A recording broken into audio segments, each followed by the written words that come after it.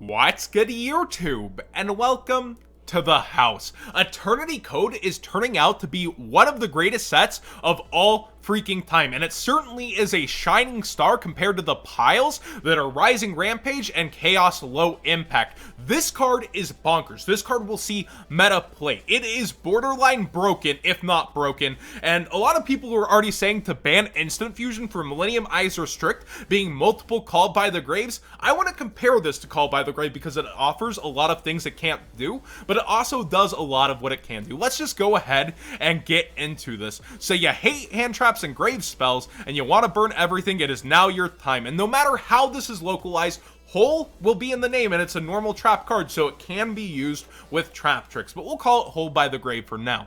This normal trap card can be activated when your opponent activates a monster effect in the hand, in the graveyard, or in the banished. Negate that effect.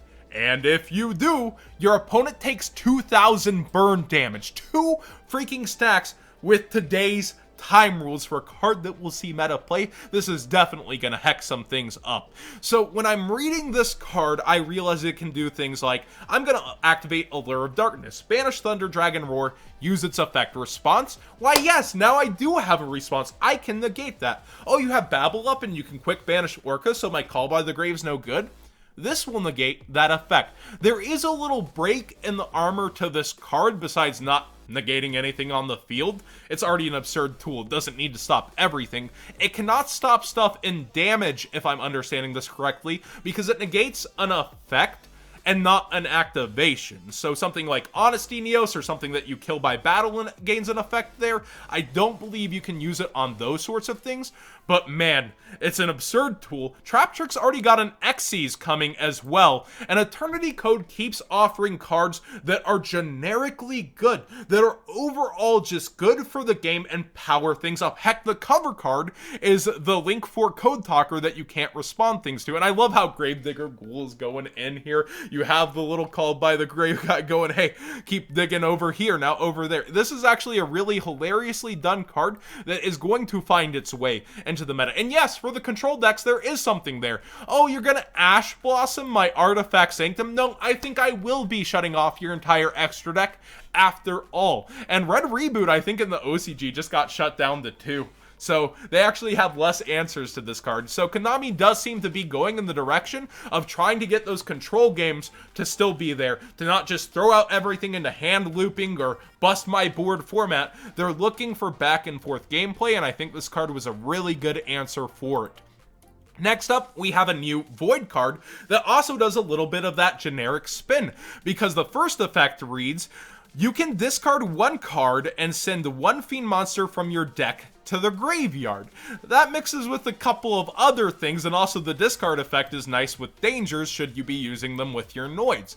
The second effect reads, you can send this card face up in your spell/trap zone to the graveyard and send Infernoid monsters with different names from your hand to the deck to the graveyard up to the number of monsters your opponent controls that were special summoned from the extra deck. So Void Imagination realistically is way better for what it would do versus this effect, I feel like. But the first effect sure is nice, being able to Foolish Burial any Fiend from the deck at the cost of 1 card, and when you're playing Noids, you already have a lot of dead cards in hand. This is really good for fixing things. It's also just another Void spell for Void Feast. They did a good job at trying to make you utilize other engines, because remember, Noid BA was a thing for a while, and people tried out Noid Salamangreats. Noids are a deck that can mix and play with others. Now, how do I not get demonetized and talk about this card? 1 second. Union Driver is a good modify target in the fact that when we look at it, you can use the ABC pieces and use the card Modify, yes, YouTube, in order to go up into it. It's a level 5 Light Machine Union effect monster called Union Driver, and it does have that 2100 attack stat that is oh so famous for level 5 Light Machines.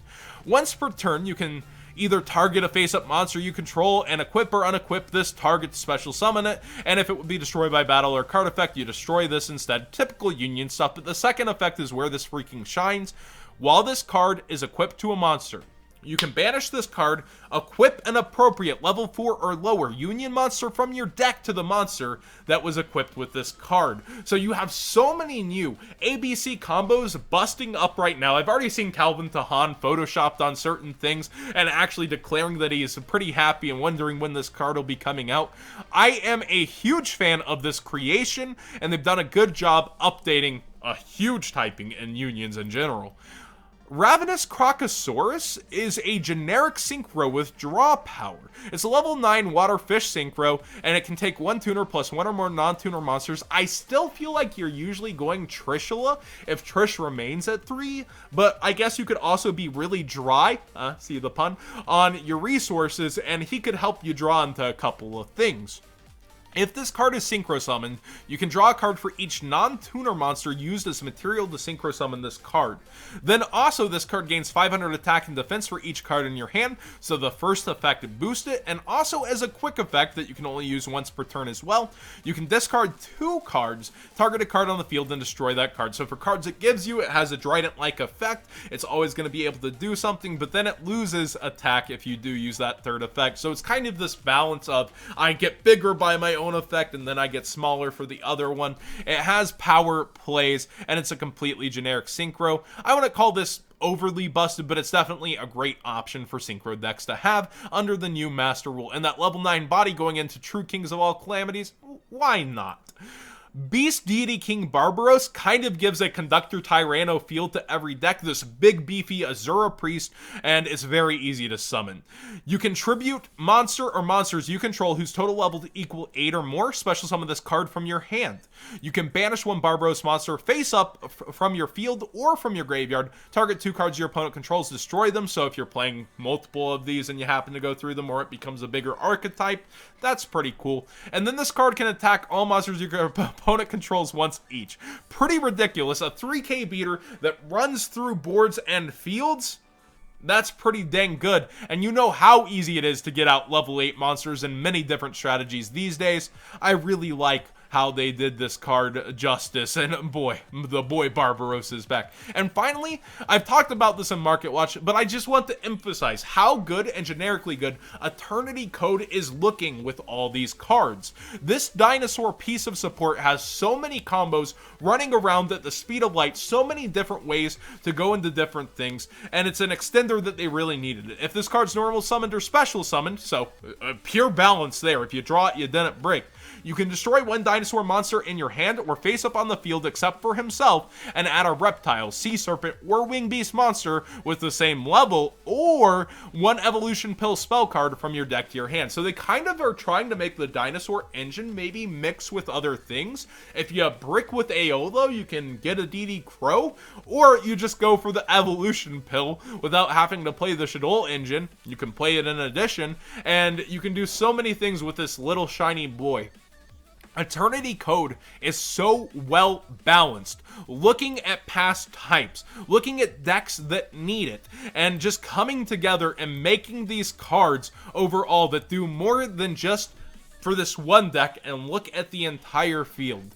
I really like Hole by the Grave and what they did there. I really like what they basically have been doing to construct this and look at not just a few things or create bad archetypes that aren't going to evolve.